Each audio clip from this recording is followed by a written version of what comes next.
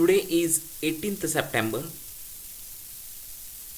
and we are going to discuss one article from Indian Express, that is the Punjab floods.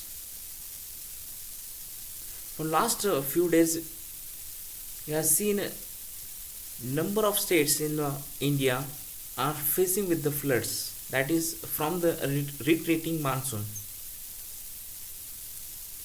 Mainly the most dangerous or vast devastation is found in the states of Punjab. So in the context of that is the introduction to the article,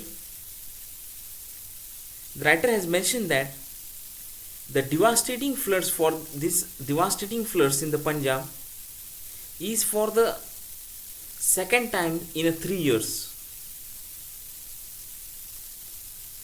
So we cannot blame these recurring floods alone on the nature. There are number of reasons.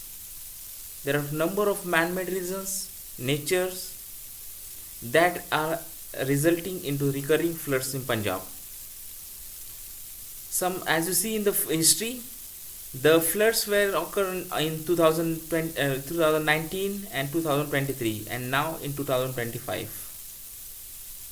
Each time experts call for mitigation and prevention measures, but very little is being implemented. Lack of long-term planning is resulting this recurring floods.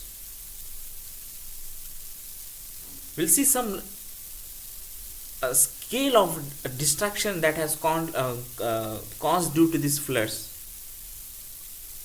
Due to these floods, fertile lands are buried under this water. Crops are rotten. Animal dead bodies are found. And there are a number of waterborne diseases, threat of waterborne diseases. Due to this, economy has been set back for many years.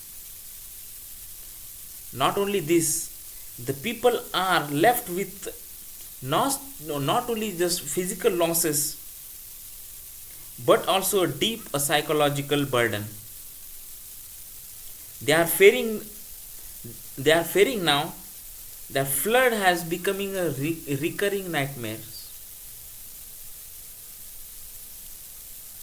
So we'll see some article has mentioned some, that is the writer has mentioned some reasons for Punjab's vulnerability, that the reason for recurring floods. First is the silting of rivers. First, understand what do you mean by silting of the river.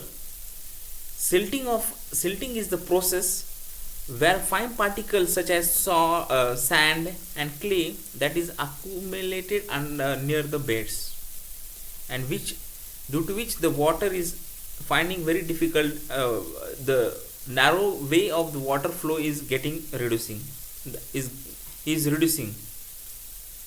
A number of rivers like Satluj, Bees and Ravi, due to this accumulation of sand on the beds,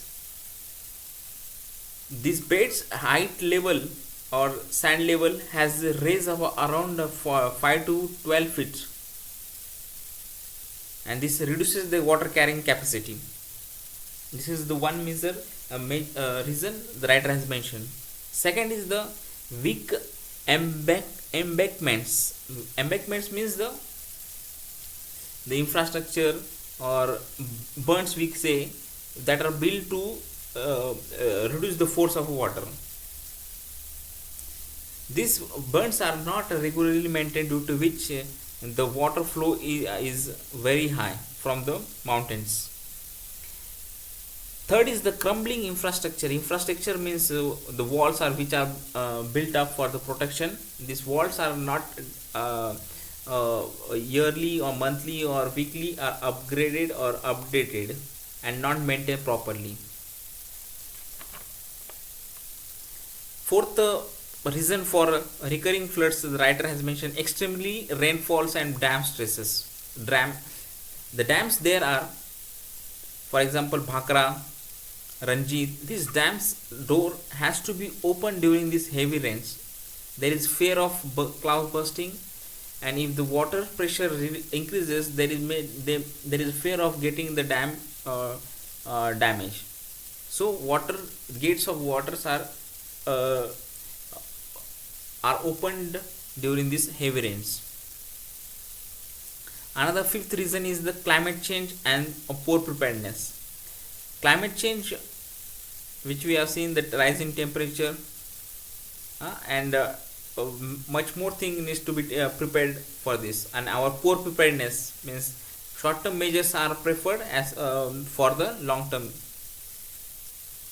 So way forward, and what government need to do, or what people need to think is, first is the we have to, first of all, we have to shift our mindset, that is from firefighting preparedness to the long term prevention.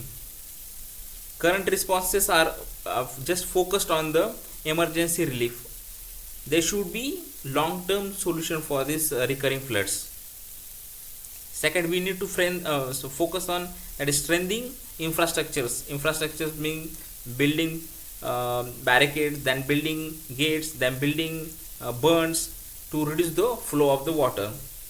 Third is the year round distilling, means reducing the accumulated sand silts around the beds of the river, that so that the water flow will be easily.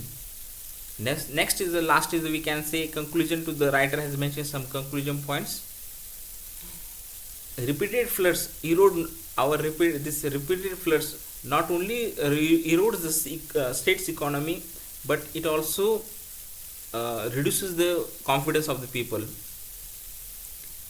Family there lives in a very fear, because they don't know whether the next year what will happen. Third important is, the due to this recurring flood, we can see that large number of people are migrating from Punjab for other states, or might be in other countries, especially the young populations. Fourth is, Punjab floods are no longer just seasonal accidents. We cannot treat them as a seasonal accident. They are predictable, and we can prevent them, and we have to think of long term investments. The lesson is very clear, that either prepare with serious investment or perish under recurring floods. We need to be very prepared for the long terms of these recurring floods. Thank you very much.